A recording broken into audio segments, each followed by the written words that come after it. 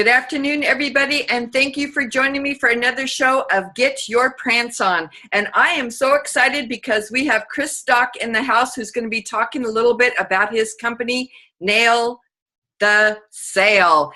Welcome, Chris. Thank you for joining me. Thank you, Lisa, for having me on your show. It's a privilege to be here. I am so excited. So for the people that are listening, they're going to hear your delightful English accent. So you're originally from England, but you're in the United States right now. So share with us where you're living right now. So I'm living in beautiful San Diego, and been down here since January. So only 4 months now, and it's I love it. It's just a beautiful place. Oh, I'm so excited, and I'm going to be coming down to California. I live in Washington State, for those of you who don't know where I live at, and I'm going to be coming down to California next month in May, where you're going to be speaking there too, and we'll talk about that in a little bit. So I just want to jump right in and ask you how you came up with the name for your company. So that's a really good question. Nail that sale. So there used to be an advert that ran in the UK, and it sort of sold paint. And part of the advertising slogan was, "It does what it says on the tin." And so I wanted, or my business partner and I wanted sales to be in the name, in terms of business name and especially the website name. And of course, anything with sales in it has long been taken, because you want something .com. And we just spent, I think it was a couple of days going around different names, and we found one that we really liked. But it turned out they were asking nearly $100,000 for the web address. And then we sort of came across, or my partner came across, sort of nail the sale originally, and then nail that sale, to be more specific. And we like sort of the specificness of closing the deal, winning the business, nailing the sale. And it was available. So there was a very practical part as well in terms of finding a name. But it also said what we did, which was help people get over that frustration of selling, the hatred that I see when I speak to entrepreneurs sometimes about sales. And it's like, no, it doesn't have to be like that. I can help you close deals, win more business, build stronger professional relationships. So that's how it came about. I love, I didn't think about it too. The word sale, there would be a lot of .coms that try to use different names. So that I'm really, that surprises me that was even available. Now that you say that, now that I think about it, what is the thing that you think that people are afraid of with the word sales though? Because a lot of people, just the idea of selling, people are afraid of that. I think as soon as you mention sales, we go immediately to the worst scenario that we've experienced when we've been buying. And for me, they're quite often charismatic, but they can be aggressive. They don't listen to you. They just want to tell you what they want to tell you. And we've all experienced that person that just doesn't listen, is not part of your thought process. They're just going to sell you something. And I think when we think sales, we immediately go to that person, and then we think, I don't want to be that person. I never want to put my clients, my potential clients, under that pressure or under that feeling. And so I think we sort of know what we've experienced, and therefore we decide we're never going to do that. That's not who we are. And I think then we sort of fall into that trap. Now, what's really interesting from my perspective is, actually, if you're not trained to do it right, you end up doing the things that you don't want to do. And so it becomes sort of, the worst, you become that person because you just haven't been trained, and you just fall into the wrong habits, and suddenly you're doing it the wrong way. And so I think that for me, that's the thought process that's going on. Well, and you just wrote a blog recently about your dog that kind of ties into what you just spoke about. So could you go into that a little bit and share with the people that are watching that may not have read the blog? So I was actually preparing for a webinar with one of my UK clients. So I was walking the dog. It was probably about 6:30 in the morning because the webinar was set up for mid-afternoon in the UK. So I had to get up, walk the dog, make sure Oscar is happy. And as I was walking, I kept pulling my phone out and checking what the time was. And I would look at the time, put it back in my pocket, and then sort of a minute would go past. I'm thinking, what's the time? And I would pull out the phone, look at the clock, and put it back again. And then another minute would go, what actually is the time? Because I needed to be back for my webinar. And it suddenly made me think that because of I'm preparing for the webinar, I'm doing a training session for my UK client, that I'm not actually looking at the clock. I'm going through the motion and putting it back, but I'm not registering what time. And it just made me think as I was walking the dog, because I then went off into another tangent, how often are we not present? That we live in the past, thinking about what we should have done, what we haven't done. We're thinking about the future, planning where we wanted to take the business, but we're not spending and living enough in the present because of everything else. And that's exactly what I was doing on the walk. And it just made me think in terms of sales. How often do we go into meetings with our clients? And we take baggage with us. We take everything that's going on in our lives, and sort of we're thinking about all of those things, or what we need to be doing after this meeting. I need to be doing this, and we're not there for our customer or potential customer. We're not present for them, and I think we miss the signs and the clues that could really help them, listening, engaging with them, such that we can really understand what's going on in their world, such that we then can serve them and help them in terms of what their challenges are right now. And so that was very much from walking my dog and what was going on that morning, but it just made me think, how much time are we in the past or the future and not in the present? Well, and I love how that ties in when a person goes to a networking event, for example, and you're talking like with your dog Oscar going for a walk, that you're not present, and the same thing, going to a networking event. Are people just there to sell? Like, when it's so funny, like when you have like the sit down networking events and people, they go around the room and they do their little 1 minute elevator pitch. I find it so humorous because this is like a habit of mine. I will watch 2 or 3 people that are to follow the person that gives the pitch, and you can just see that they are totally checked out. They're not listening to the person that's giving their little 1 minute elevator pitch, and you can just see they're just totally locked into what they're going to say. And people just aren't present. Do you notice that too?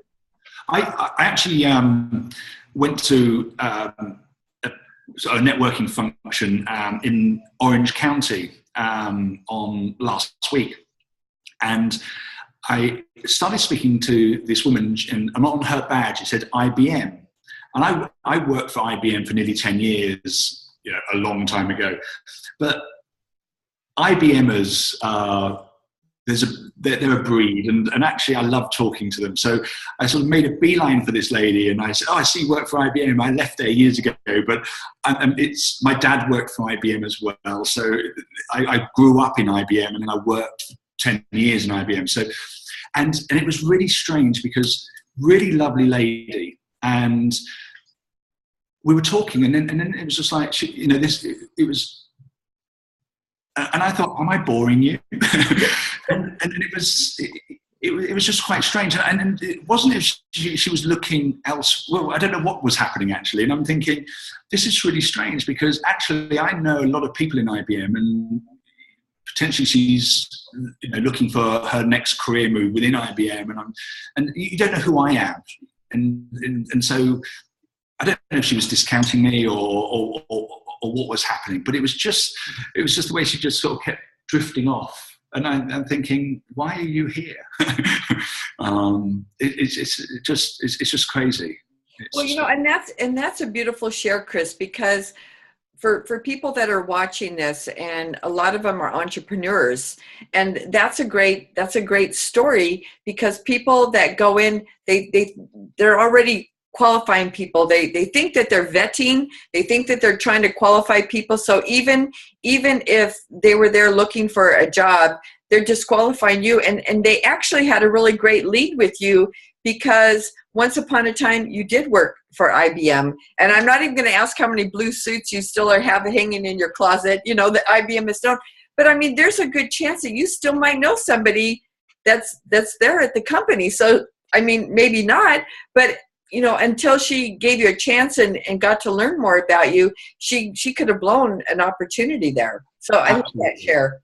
Yeah, absolutely. And I think the other thing which I just find slightly incredible is we do all the hard work in terms of going to these events, and I don't think there's anyone that doesn't have that sort of, especially if you go on your own, there's that moment where you're standing there and you've got to go and there's 3 or 4 people in a circle, and you've got to and there's 3 or 4 people over here in a circle, and everyone's in little circles, and there's you, and you've got to go and interrupt and say hi, and do your piece and sort of join the conversation. So we all have that moment of, oh, I hate this moment. And so you do all of that hard work and you swap business cards and no one follows up. And it's not following up to a deal or following up to an opportunity. It's you've established a connection, and you've got to just email them. And I've got to the point where I don't take business cards personally, but I think it's still useful. But every business card I get, I then drop them an email. And I'm not selling. I'm not looking for an opportunity. I'm just saying, great to speak to you. And if I can remember, some specifics, just drop that in. There was one lady last week who I think she came to the networking because there was sort of a couple of glasses of wine were included, and her whole network had gone down because she'd opened a virus in her email and had killed the whole company network. So I think she was feeling quite stressed that she had caused devastation. So, but I followed up with her and I said, hope the network's up. I hope your PC's cleared and this and the other. And I'm not selling. I'm just sort of continuing our life together. And so you've got to follow up. You've got to sort of keep that momentum, because you've done all the hard work for going. And now the easy bit is dropping them an email, connecting with them on Facebook or on LinkedIn, and just building that relationship. Because I think you were absolutely spot on. You don't know who they are or who they know, and where the opportunity may come from. People, and that is the one thing, like meeting you. I was so excited to have you on my show because I like you. I mean, I really like you as a person. You're the real deal, and you're not out to sell. I mean, you are out to build relationships, because you just never know where it will lead you. Yeah. And I think that's the part that's missing. That's a missing element, is that people try to go and just gather as many people. We talk about building a tribe. That's kind of the new buzzword now, building a tribe. And I'm using that buzzword because I like it. It's a lot of fun. It's making the connections, and how can I connect? But even though I may not need your services right now at this moment, I certainly know some people that could use your services, because you are a genuine person. You don't want to just sell. I mean, even ultimately that's what you do, but it's about making the connections and getting to know people. Absolutely. Absolutely. And I've often said, and I sort of blog about this quite a bit, but the only thing that differentiates you from your competition or anyone else is the relationship that you have with your customer. And it's the only thing that cannot be copied. So if you're a coach and you have these qualifications, another coach can go and get the same qualifications. And so on paper, you're exactly the same. But the relationship that you have with your clients cannot be copied. Yeah. And that's coaches right the way up to sort of big corporates. And it's relationship is absolutely critical. And you've got to put the time in. And you're absolutely right. I'm not coming across as a salesperson, because actually that's just a part of the process. Yeah. But when we get to that stage, I know exactly what to do. And you still, just because you have the relationship doesn't mean you're going to win the deal. You still have to know, it's the key to winning more deals is this step-by-step sales process.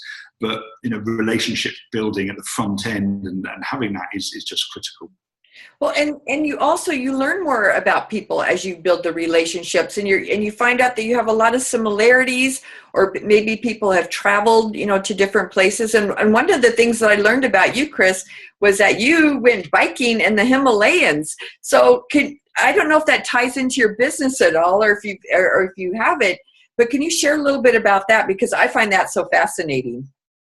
And it does, it ties in. So, one of my keynote speeches is about mountain biking in the Himalayas and what I learned from that journey in terms of sales and in terms of selling. So it very much links into there. And the friend and colleague and mentor that I mountain bike with we ended up writing a book on that journey as well, or about the journey.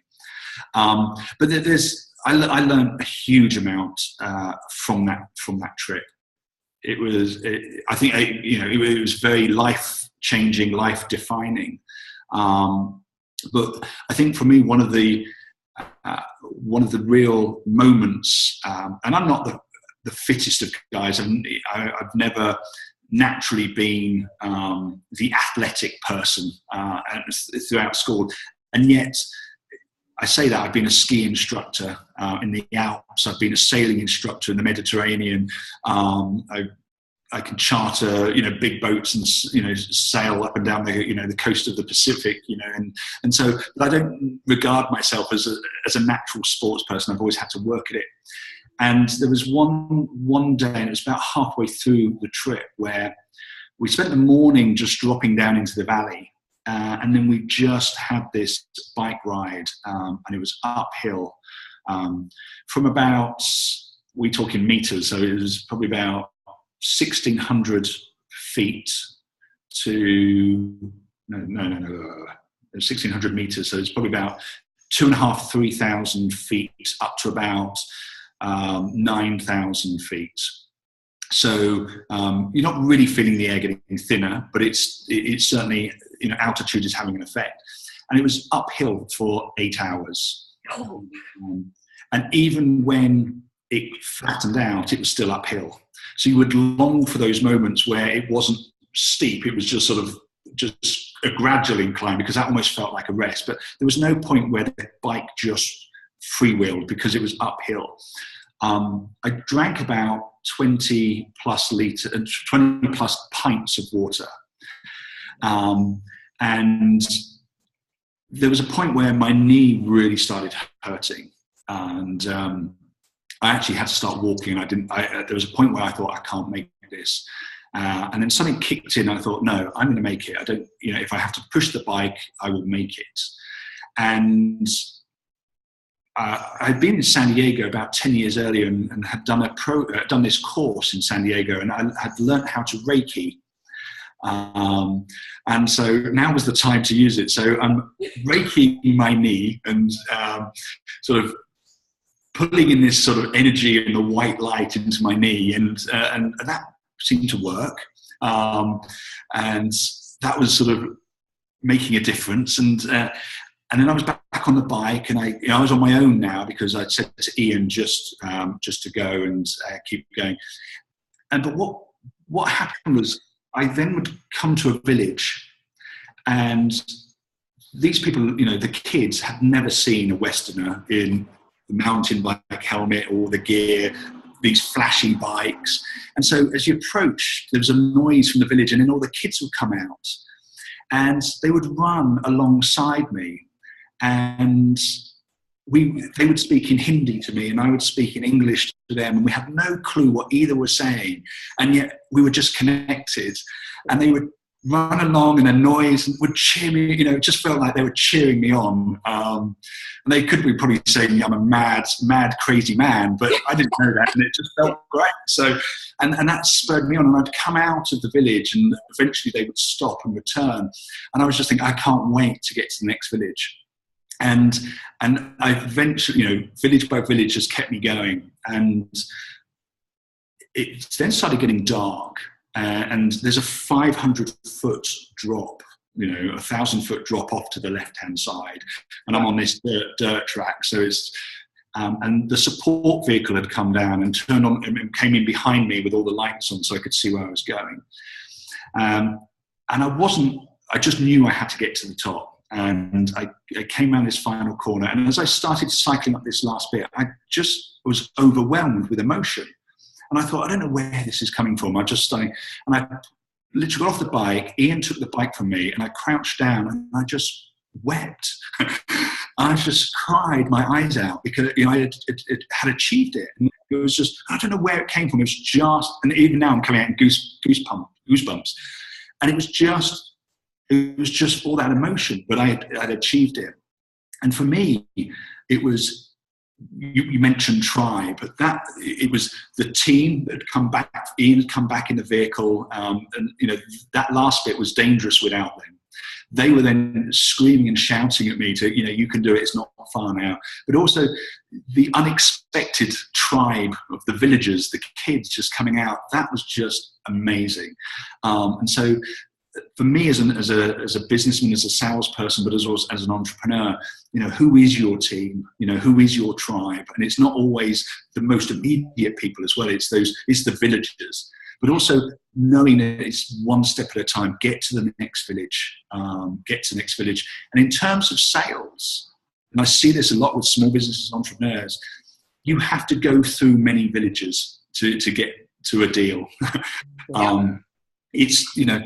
If you think you're going to get a deal, and it's back to your point around networking, I think people go to the networking events, meet someone, they're expecting them to go, wow, I want your product, here's some money, send it to me in the post, or and that's it. And you have to go through multiple villages. You have to go and meet with lots of people, and go through the steps to get to the top of the mountain, or to close the deal, to achieve your dreams in your business.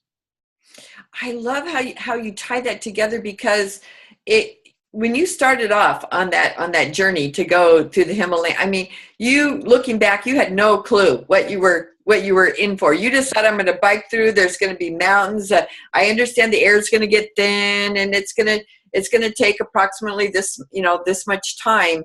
But I mean, you had no idea. Now that you look back, you didn't have a clue. You didn't have a clue. And the way it came about is, Ian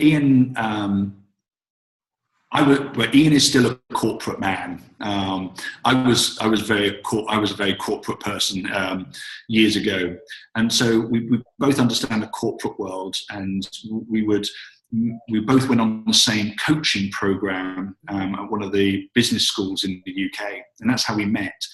And so we continued this informal coaching and mentoring. We would meet, and so we were sitting in a coffee shop in London, and he's a global VP of marketing for a big corporate company now, but he's slightly crazy, and I mean that in the best of ways. Yeah. And he sort of said, I've been thinking, and I went, okay, not knowing what's going to happen next. He went, I think we should mountain bike the Himalayas. What do you think? And without a second thought, I went, yes. And I think that was one of my first learnings as well. Is you've got to say yes more, because I just said yes, let's do it. And by making that commitment, I think he was a bit surprised actually that I was so positive, which is probably why he also asked me, because he was thinking about it. But I said yes, let's do it. And it took us about a year to just think about the logistics and everything and what it entails. But because we're both so busy, we needed a definitive. And so one Saturday we got on. He lives a few hours from where I was living, so we got on the phone together. We got onto the computer. We worked out the flight and we booked the flight. He booked it from Manchester. I booked it from London. We met in Helsinki. Then we flew down to New Delhi together. But we booked it, and then we had a year to now really get fit, and so the journey really started at that point. So saying yes is so critical, and then actually what is the goal, or what's the definitive that actually gets you going?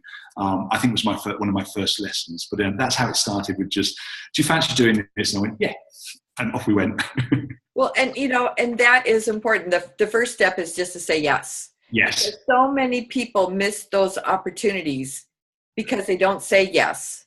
Yes. And then once you say yes, there's more work. There's more work involved. Even when people come to work with you, I mean, the first thing that they will do is just to say yes.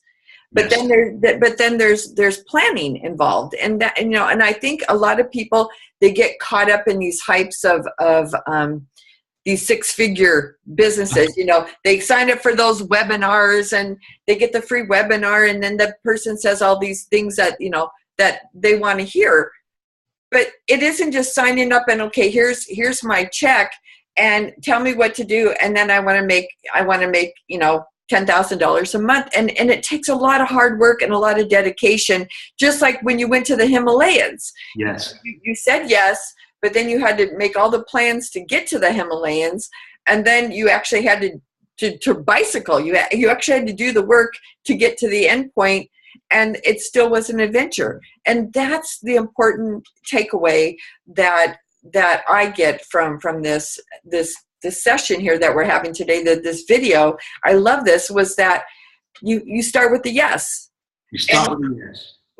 You've got to start with the yes. So how can people connect and go a little bit deeper with you? I know that you have this event that's coming up in May. I would love to have you talk about that, and then also share how can people find you and learn more about you, because I want people to know you are a really fun person, and you know your stuff, you know your business, but you're also not one of those sharks that says, you are very, very real. So how can they find you? That's the good question. I